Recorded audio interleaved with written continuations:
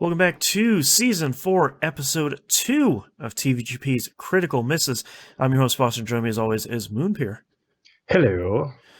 Today we're going to talk about Mamma Mia, 2008's Mamma Mia, because I feel like with the majority of these musicals we have slated for season, both Part 1 and Part 2 of musicals, and obviously we'll have more musicals down the road.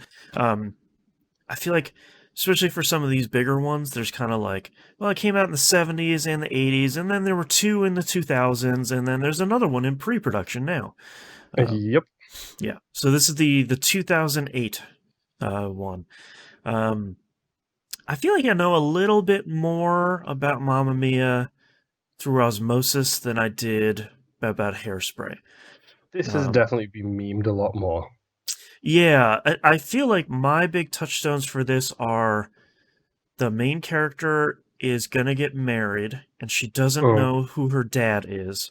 And there are like 3 candidates. Holy crap. One of Nail them on the is head so far. One of them is Pierce Brosnan, who I know because he is very attractive. The best Bond, don't at me. Yeah, don't at me either. He's really good.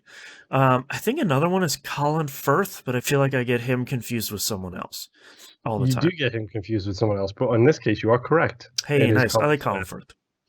I think Meryl Streep is in this too. And it primarily features the music of ABBA. Okay, so basically you've seen the movie, so we can move right on to the next one. Okay, great. All right, let's move on to episode 3. Yeah. Yep. So quick aside here. This is what's known as a jukebox musical. Okay. Which is to say, it's not so much the songs aren't written for the movie. They take popular songs and then insert them into the movie to have a meaning in the place. In this case, it happens to be all ABBA songs. Hence. Sure, it's something like the Moulin Rouge, where we're taking these popular songs, whether they're pop or not. In the case of Moulin Rouge, they are, but whether they're popular or not, and kind of fitting them in this movie. Okay, I didn't know there was a term for that. That's interesting. Yep, that is a 2001 jukebox musical. Yes, so, I like Moulin Rouge a lot. I'm surprised I forgot about that when we were talking about musicals. Yeah. I'm still going to put my fist down. Who am I, like a superhero doing a landing? Right. I'm still going to put my foot down and say we are never going to do Across the Universe, which is another jukebox musical, because I always fall asleep while watching it. Yeah, and I don't really like the Beatles, so. Me either. So that's all good. Yeah. We don't. They're for anyone listening. Part of the ethos of this show is whether we've said it aloud or not, is that we're not really interested in like vetoing things that we're not sure we would like, because the whole idea is it's a lot like Game Club. Let's try it. Let's see if we like it. Maybe we'll be surprised. Maybe we won't. Like I put the 2-part It movies on the list because I have heard that one of those is very good, and I liked the original book when I read it too young, and I thought, well, why not watch something? Because I did the exact same thing. Yeah. Well, why not watch a little spooky, scary something? Yeah, and it's got Stellan Skarsgård's son in it, who is creepy at the best of times. Yeah, man. What a perfect dude for that role. Yeah. Yes. So, Mamma Mia. Generally, we're doing this because we want to have fun. Yeah. Expand our horizons. Watch some good movies. Expand the horizons. Watch some movies. Have a good time. Maybe look at something we've seen before with a different viewpoint. Right. I, for one, am super hyped to get to the Mad Max series, which is on our list because it's something that I have a lot more insight now into, because I have done a lot of listening and reading up about all of those movies. Right. And you can go in there and view them as popcorn movies, and it works fine. Sure. Like it's something along those lines where I'm not going to put Schindler's List on this list at any point at all. I've already seen it. I'm good. Yeah. Requiem for a Dream does not need to be on this list. Yeah, already saw that a couple times. I'm good. I've seen it once. That's enough. Thank you very much. Yeah, I saw it in the theaters. That was a good experience. I didn't. A friend of mine introduced me to it, and I hate him for it. I actually love him. He's still one of my best friends to this day. I would not have Old Boy on this list, except you've not seen it. So otherwise, Old Boy is on the list. Sure. But yeah, the whole point is to kind of have fun, and especially this time of year, that's kind of the reasons why we're doing the musicals right now. Is because it's like, let's just forget everything. Let's just pretend that it's approaching Christmas of 2019. Let's pretend everything's fine. Let's sing it out, dance it out. Musicals. Yeah. Well, and I think if, sort of speaking to this, if I had my druthers, I don't think a musical would be the first thing that I would gravitate towards. Not that I hate them. It's like, I'm not watching them. Like, whatever the movie version of, like, I'm not eating a salad that's rabbit food. Like, whatever the movie version of that is. It's the is Die Hard a Christmas movie argument, where it's like, I will watch Die Hard at Christmas, whatever, that's fine. But musicals are not the first thing you jump to. It's the same with me. Like, honestly, before I got married and moved in with my wife, I had seen maybe 2 musicals. Now I'm pretty sure I've seen most of them. Right. Approaching 200 musicals. Yeah. And I feel like I'm kind of looking forward to Mamma Mia. Number one, I like ABBA. That's some good music. And I feel like this is one of those musicals that seems so beloved in general, where it's like, oh, Mamma Mia, yeah, I know there's a sequel. Maybe we'll watch that in a future season. But which is called, by the way, Mamma Mia. Here we go again. Oh, that's really good. But yeah, I'm kind of excited to watch this one. I feel like I've managed to absorb. I feel like when this came out, the marketing blitz was so huge that, like, between ads online, and I was still watching TV at that point, and pretty much everywhere was just like, all right, here's the plot of Mamma Mia. Let's 15 different commercial spots. Like, literally the simple fact that you have pretty much described the plot of the movie without having seen it tells you pretty much everything you need to know. Yeah. Like, it was advertised a lot. Here is the plot of the movie. Yeah. My Three Dads. You don't know is the musical. Yeah, exactly. Yeah. That's sort of my thoughts. You got any last thoughts here before we go watch a movie? I'm looking forward to this one, because this is probably, between all of the musicals we have on this list for this season and next season, this is the one I've seen the least. I think I've seen it twice, and the last time was probably about 4 years ago. Okay.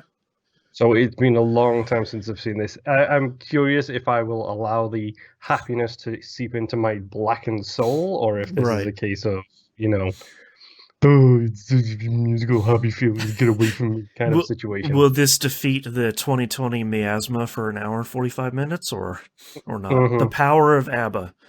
Yes. Yeah. We have to see. Yeah, that's right. All right, well, let's go watch a movie. Yep.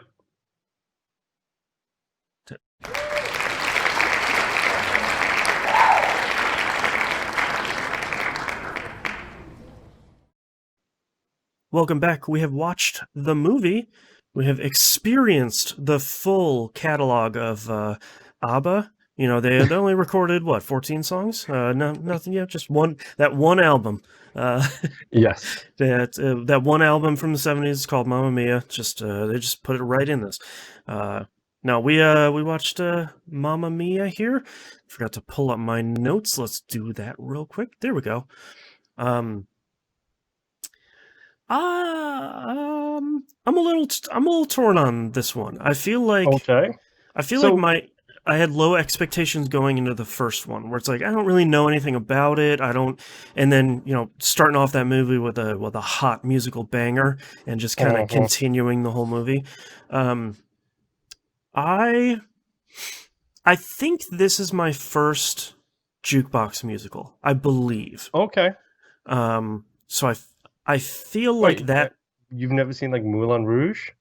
No, I did see Moulin Rouge. Okay, so it's not my first one, but I feel like I haven't seen as many as the more experienced musical peeps out there. I think the thing to keep in mind with jukebox musicals is a lot of them tend to use multiple artists. Yeah. There's only two that I can think of that basically use one artist, and that's this and Across the Universe, and Oh, probably sure. Mamma Mia 2 as well. Right.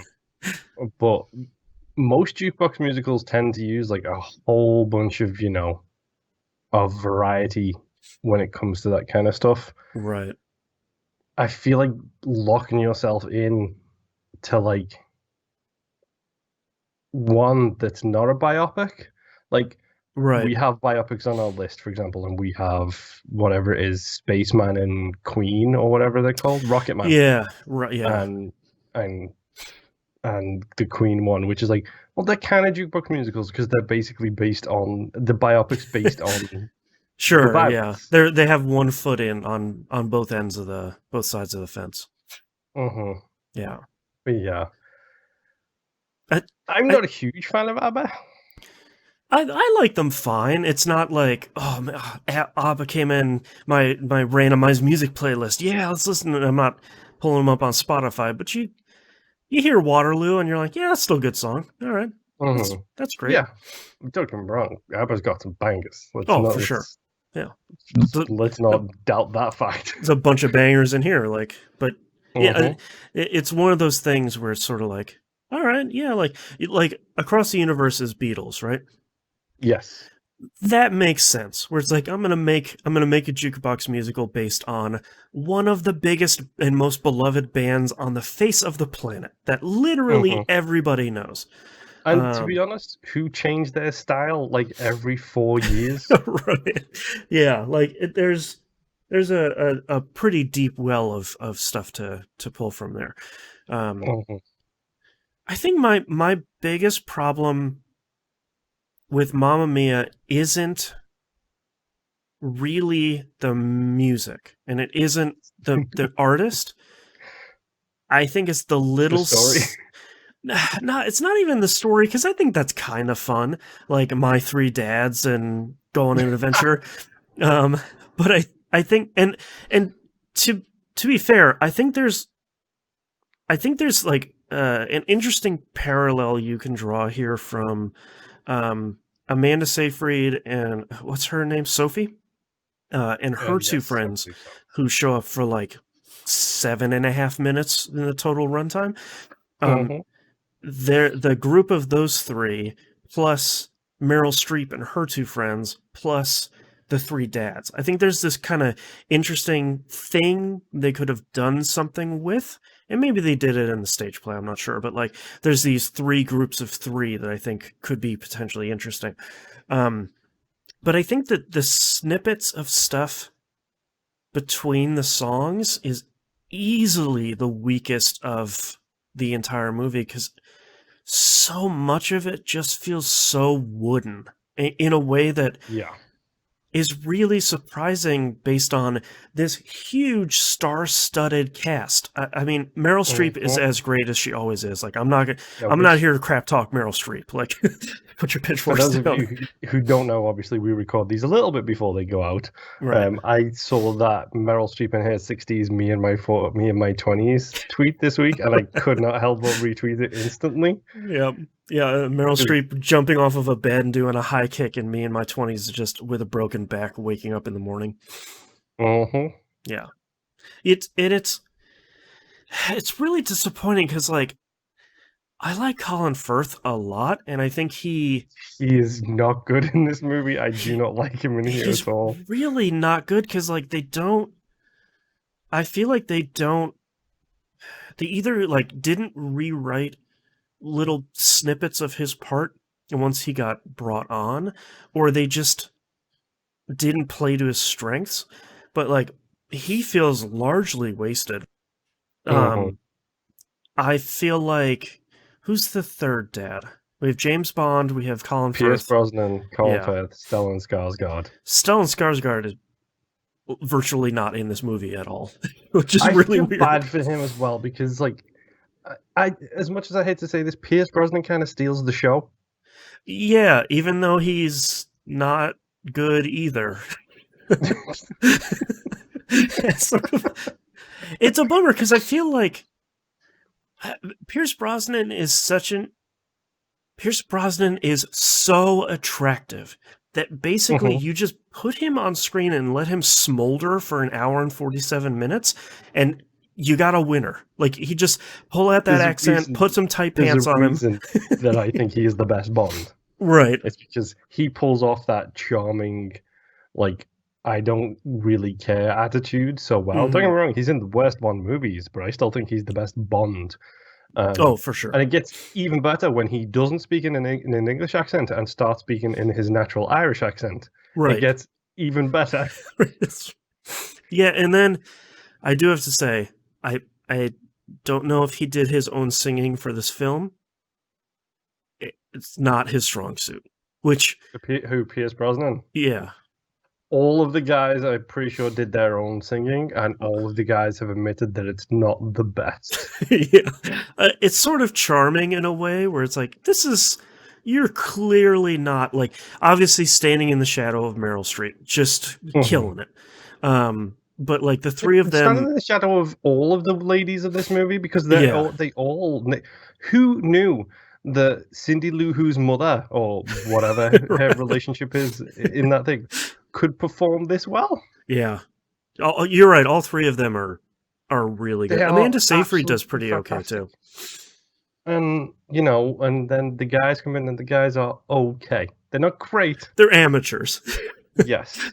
Which is why, I don't know, did you see the end? I think it's in the end credits where they're doing the dance and then they tell the guys to go again and they start doing it and they're having a laugh and a joke. That's them knowing that they are not great. Right, like I'm giving it my all and it's fine. Yes. It's me playing Rock Band when I'm doing the singing, basically. Right. I'm not a professional for a reason. Here we go. Yeah. Yeah. Out of curiosity, like, because one of the big things with this is obviously it's a very British cast.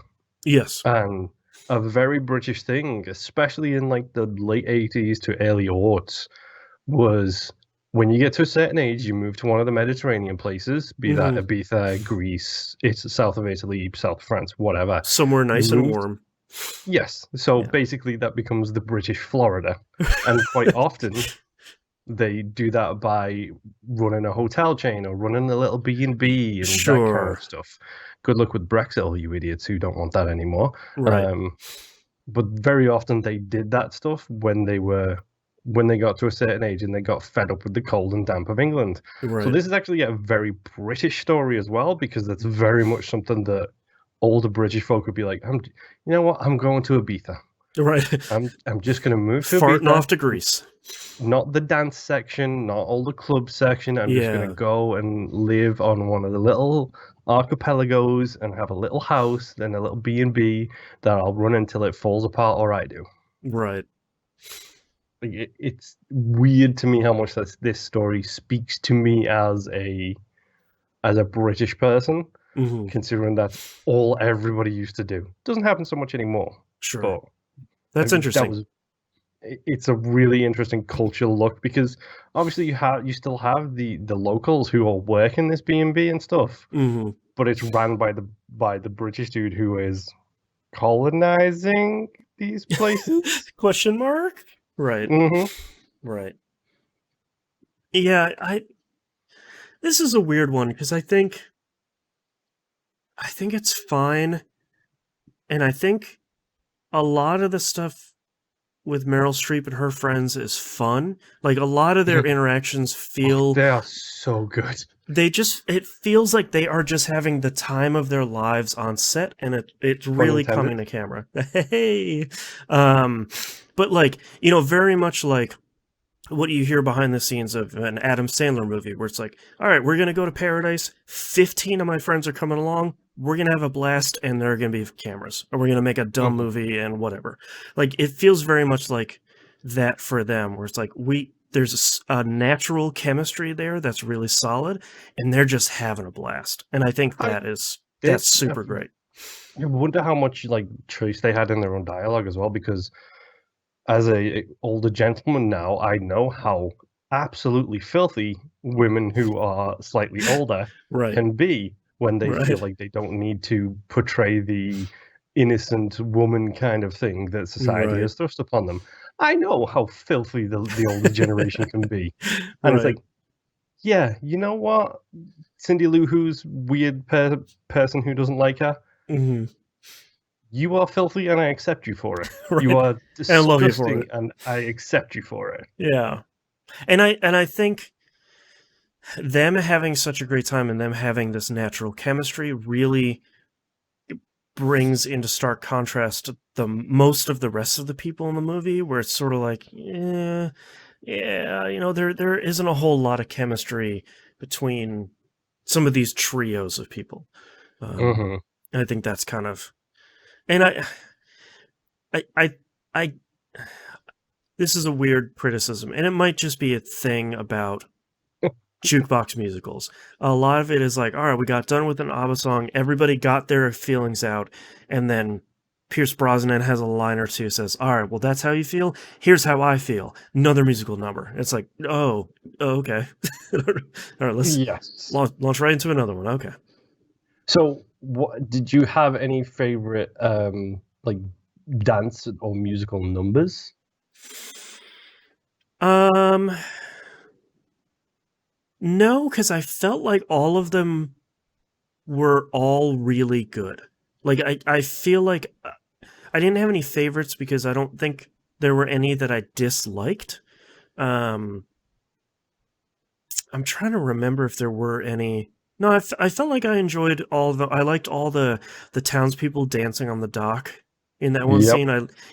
The famous everybody knows the choreography right away. Sort of. There's like 75 people there. I'm Yes. still a sucker for that.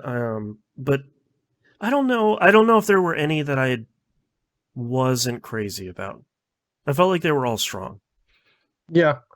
They genuinely they were all pretty great. Do think the dock scene is number one the best, or also number one the hardest thing they probably had to Oh chore- yeah, to choreograph. That must have been a nightmare. yeah.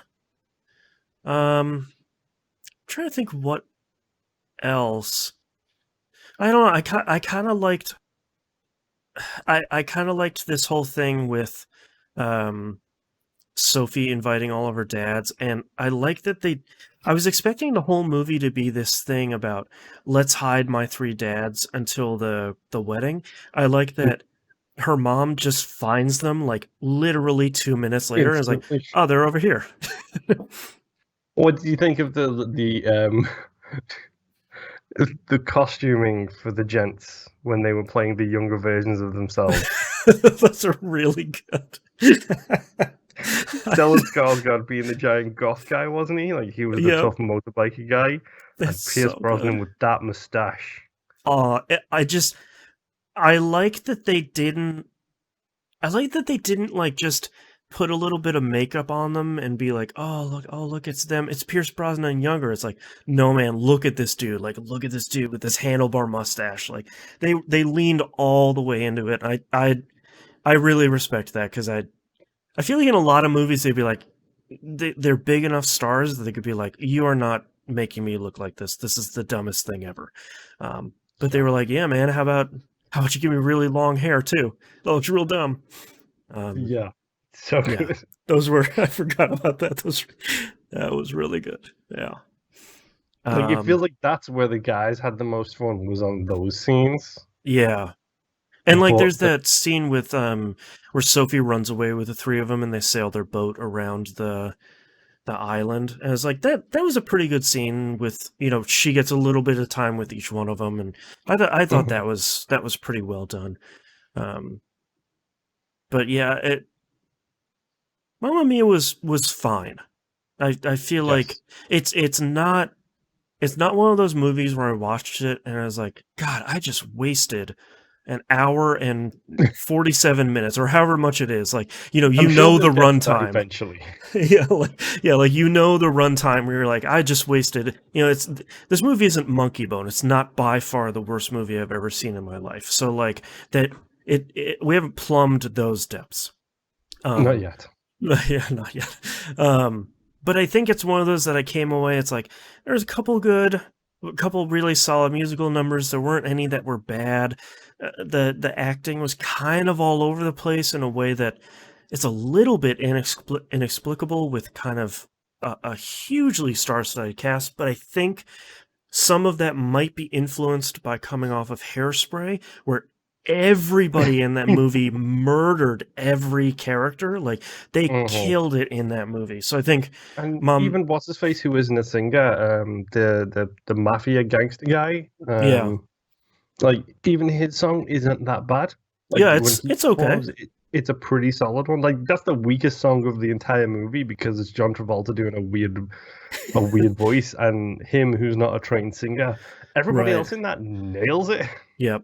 Yeah, and I feel like we might have some bias based on how solid Hairspray is.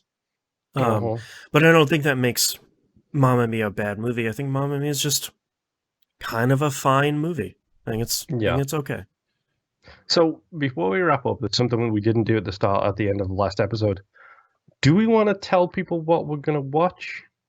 Sure, we can. Yeah. Because I realized we didn't say it last time. Right. And I was thinking, wants to watch along. Right, this isn't like a trilogy of movies. So, I wonder what we're watching after John Wick. Sure. John Wick 2. Well, the next movie we're going to watch is Les Miserables. Yes. Which is probably, I'm not going to say it's the low point. It's the dip in emotions for this season. It's a more emotionally difficult movie than Hairspray or Mamma Mia. That's for sure. Yeah, 1,000%. Yeah. How do you feel overall about Mamma Mia? It's not bad. I like the 2 times I've watched this previously with my wife. Like, my wife loves this movie, and I think I know why. It's because it's all joy. Yes, there is very little negative in this movie. It's very much one of those movies where it's just, there's little bits and pieces of like sadness or whatever, but in general, it's a positive feeling movie. It's one of those movies you can stick on when you're feeling like crap. And the songs are bright and bubbly. The mood is bright and bubbly. It's bright. It's colorful. It's one of those movies that if you're in a funk, then maybe the thing to kick you out of it might be something like this movie, which I can understand because you don't need to pay attention to it. You can just sit back, absorb the music and the colors and the flashy lights. Let ABBA roll over you. I think that's a really good point. And I was really impressed by one of the scenes in the movie where Sophie is fighting with her fiance after she reveals to him that she invited all 3 of her dads. And most points in this movie would be like, well, I'm calling off the wedding and storm off, and everybody's crying and sad. And I like that she's like, so what, you don't love me anymore? He's like, of course I love you. You should have just told me. And like, they kind of resolve it right there where it's like, I'm mad at you in the moment, but obviously my love for you is larger than this friction we're having. And I really liked that because the thing I was expecting was, wow, I'm calling the wedding off, rebel. Yeah, but it was like, you've got 4 ABBA songs to try and get the wedding back on, kind of. Yeah, it's some tear-streaked ABBA song. Like, it's just, I was really impressed by that because that sort of bucked my expectation. I thought that was really cool. Anyway, back to, sorry to interrupt. No, it's okay. But yeah, it's a feel-good movie, and we don't have enough of those. Right. Like, it's kind of one of the reasons for this season is because we want something feel-good, and honestly, Hairspray is feel-good with serious darkness in the background. Sure. Right. This is real feel-good the whole way through. Yep. The next movie is going to be interesting because I'm pretty sure that's darkness with a little bit of happiness on the inside. Sure. Yeah. Speaking of casts, so we'll get to that one. Oh boy, yeah. Yeah, check for the intro of next episode where we cover some of that stuff. But yeah, that's Mamma Mia here. We'll probably watch the second one in a future season. So I feel like we probably have to since we've opened the ABBA can of worms. But we'll see you here for episode 3 with Les Miserables. Bye. We're going to pronounce that like 15 different times, by the way. Yeah, all of them are going to be wrong. Les Miserables. Maybe. Yeah. All right, bye.